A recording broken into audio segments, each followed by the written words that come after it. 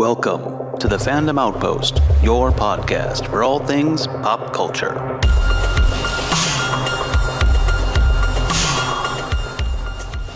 Hey everyone, welcome back to the channel. Once again, I'm Mark, and I'm here to do a review on the new movie, The Accountant 2. It kind of came and went in theaters, so that's sad. I didn't get to see it in theaters. I watched it on streaming.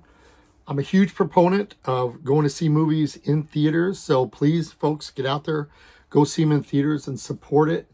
You have to. It's the only way they're going to continue making them. If not, then we are in for something drastic of a change.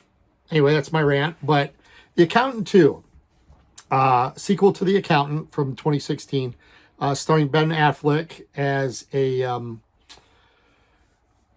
I get an accountant, yes, but he also has skills that in the first movie he says he learned because of his father, his father was in the military and they went all over the place, and he acquired all these skills, things like that. So it makes him kind of deadly for what he does. But this movie, one of the best things about the first movie, I guess I should say, and spoilers alerts for everybody, if you haven't seen them, go out and watch them. One of the best things about the first movie was Jon Bernthal's in it as well, and he plays kind of the foil for Ben Affleck's Christian, and obviously it has to come to a head at the end. So if you haven't seen it, unfortunately, because I'm about to spoil it for you, because you find out at the end that they are brothers.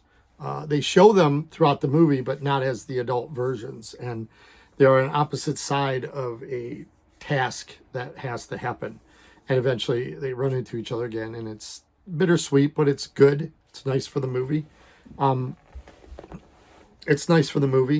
And there's a great supporting cast in that first film. The legendary J.K. Simmons, for one. And I know I'm going to do a discredit, but the actress who plays Mary Beth Medina, she plays one of the Treasury agents in the first film.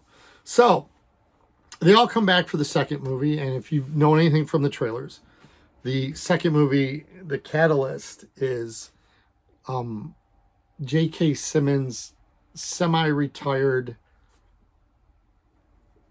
Treasury supervisor, director of the Treasury, his death. And what the catalyst for the movie is that he writes on his arm, "Find the accountant."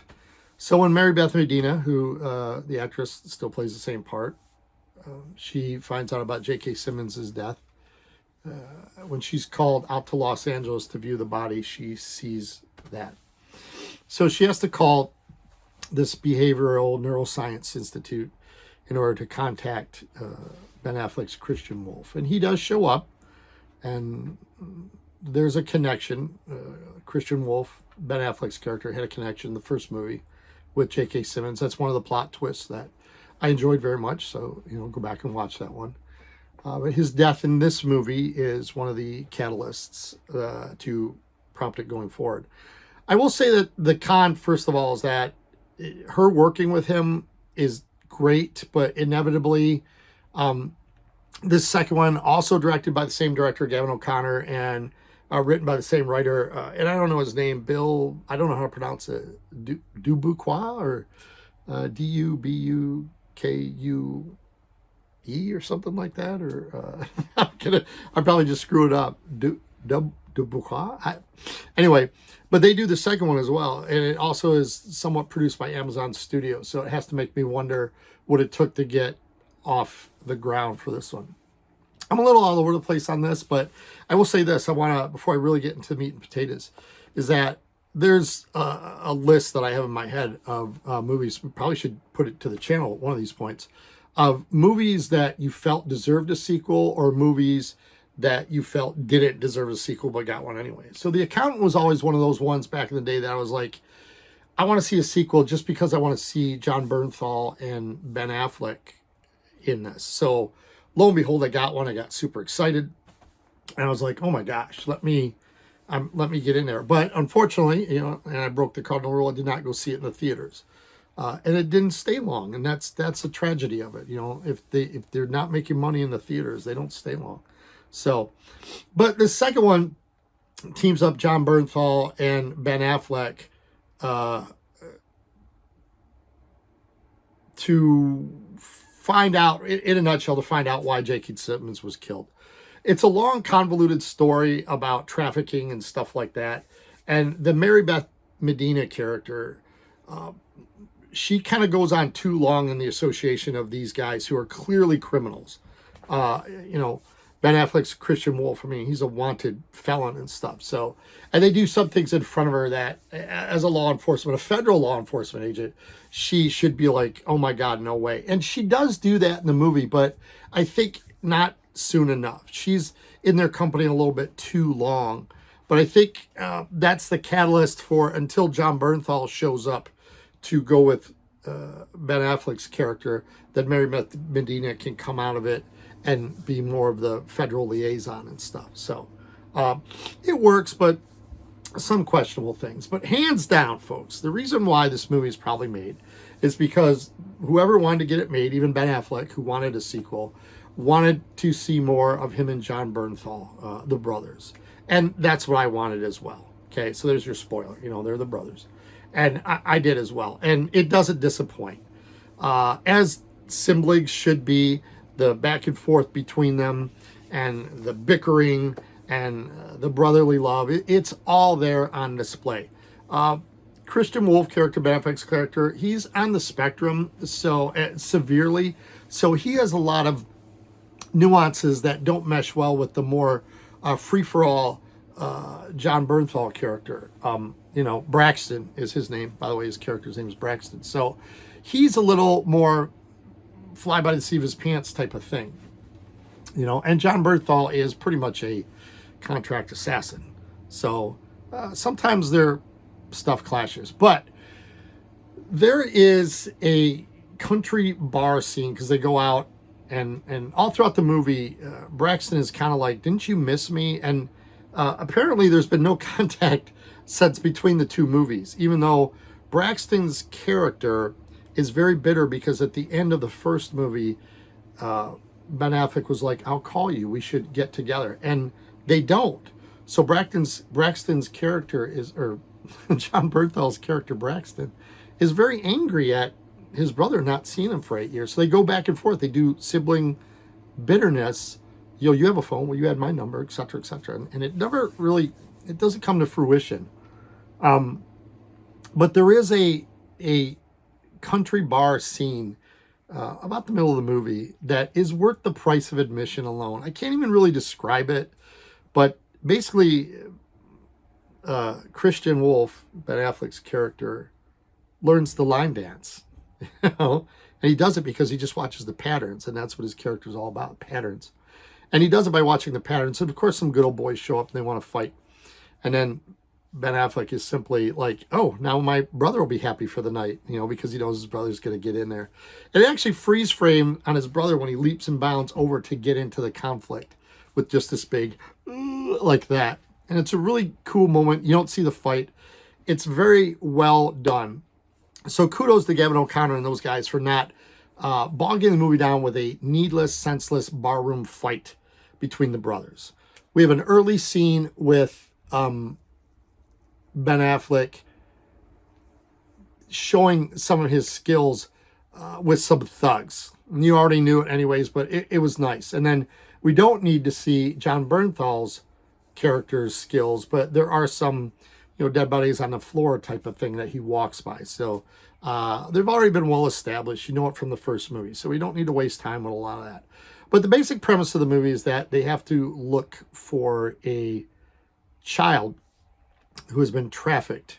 And they're trying to find him. And Ben Affleck recognizes something about the child as being on the spectrum. But it brings him and his brother into direct conflict over it. They resolve it by the end, obviously, and they have to rescue this child. And that's where your money comes down to it. That's where you want to see the two brothers in action. That's where their skill sets as two separate individuals in similar lines of work can come together, and they work perfectly. The head nods, I'm going first, cover me, that type of stuff. It all works to make a very action-filled finale that I thought was very enjoyable, because you don't see a lot of that in the movie. A lot is figuring out the puzzle. So good work for the second film of not having it interspersed with all this needless action set pieces where they do all this stuff. So that worked really well for me. There's a couple of cons in it. There's an assassination of a witness right as they're in a federal building, and I'm like, how would they not find that guy? The guy was just looked like he was across the street. He just shot the guy through the glass. And I was like, holy cow. It's never really addressed later on in the film. It's one of those details that I'm like, okay, you just suspend your disbelief. It's an action movie. It's what you do. But having the four main characters come back was phenomenal. Even if J.K. Simmons is only in it for the very first 10 minutes of the movie, excuse me, it's still worth it. It's still a good part for the catalyst. The other three are great with what they do. Would I like to see a franchise? Absolutely. I'd like to see where the brothers could go from here. Are they going to go legitimate? No. But, are they going to right the wrong, so to speak? How do they, there is some moral conflict within it of how do they reconcile what they do with the bad people of the world when Mary Beth Medina, the federal agent, is like, you guys are the bad people of the world. You're the bad people. There's a new character introduced in this, and there's a twist with her that's pretty darn good. She's just an elusive assassin that kind of shows up and causes some damage. And I won't spoil that. But she is integral to the plot. She's very good at what she does. And then there's an unfortunately harrowing scene where there's a contract put out on the federal agent, Mary Beth, and she's the one that accepts it. Which you'll just have to watch it. Well, this one's still new that I won't give away too much. But it's worth the price to see Ben Affleck and Jon Bernthal act in it together. It's also executive produced by, it's produced by Ben Affleck and executive produced by Matt Damon, and it's Amazon Pictures. So I think probably financing for this was a little bit weird, even though it did get a theatrical release, it seemed like maybe this might have been more well suited to be an Amazon Prime release. But I'm glad it went to the theaters at least. Who knows where it's going to end up. It's one that I'll probably own in physical media just because I like the first one so much, and a continuation just works for me. I like what they did with this one. I like the expanded nature of the brothers. Like, you finally get to see them. In fact, a lot of it's buddy cop movie-ish between the two of them, and that's what they need to focus on. If there ever is a third one, unfortunately, the return, it's got to be a passion project to do a third one between all of them, because I know the money probably won't be there. Like, this is not a box office hit by any means, but I would love to see exploring that brother's relationship and where it is at the next level, because there's a lot of unresolved issues between the brothers in this movie. No hugs, that kind of stuff, no sappy brother stuff, but there could have been. There needs to be some of that stuff. They are asking the right questions, but we didn't get that ultimate resolution that I think, you would want between these two guys. But overall, it's a fun ride. I found myself laughing at a lot of stuff with them, which is the best part, the scenes with them. The puzzle figuring it out unto itself is not much to be desired because, with Christian Wolff being that kind of guy. And there are some, don't get me wrong, there's just the neuroscience place where he grew up from the first one is now this den of computer hackers and stuff. And that is a big con for me because I like that he had just the one girl from the first movie that could do it. But now she's got a whole team of kids and stuff. And it's really unrealistic. It's a lot of, Mission Impossible type stuff. So they jumped the shark with that. Just reel it back in, fellas, But as far as I gotta say, I'm gonna give it probably about a 3 out of a 5 crate ruling because the storyline's okay. It's enjoyable to watch, but the brothers are what make it really fun to watch. And of course, the end conflict. You know, they got to wrap it up and they show what they do best and that stuff. So it gives it 3.5 maybe. I'll go 3.5 crates out of 5. So I can't quite bring up to 4 because it does lack some quality and some nuance that the first one had that I really enjoyed. But another bonus is that same director and same writer. So familiar with the characters, familiar with how people should be. And Ben Affleck slips right back into the role, which is great. So check it out if you can. I do recommend it. You know, if you got a Saturday night to kill, you know, watch it. If you love action movies, watch it. If you like Ben Affleck, watch it. But watch it for him and Jon Bernthal. So as always, if you like our content here, you know, like what we do, I'd love to hear your opinions in the comments down below. Let me know what you think if you saw this movie, if you didn't see this movie, if you saw the first one, what do you think about the second one? Any comment, you know, like and subscribe so we can put more of this content out. Hit that bell. And as always, I'll see you next time on the channel.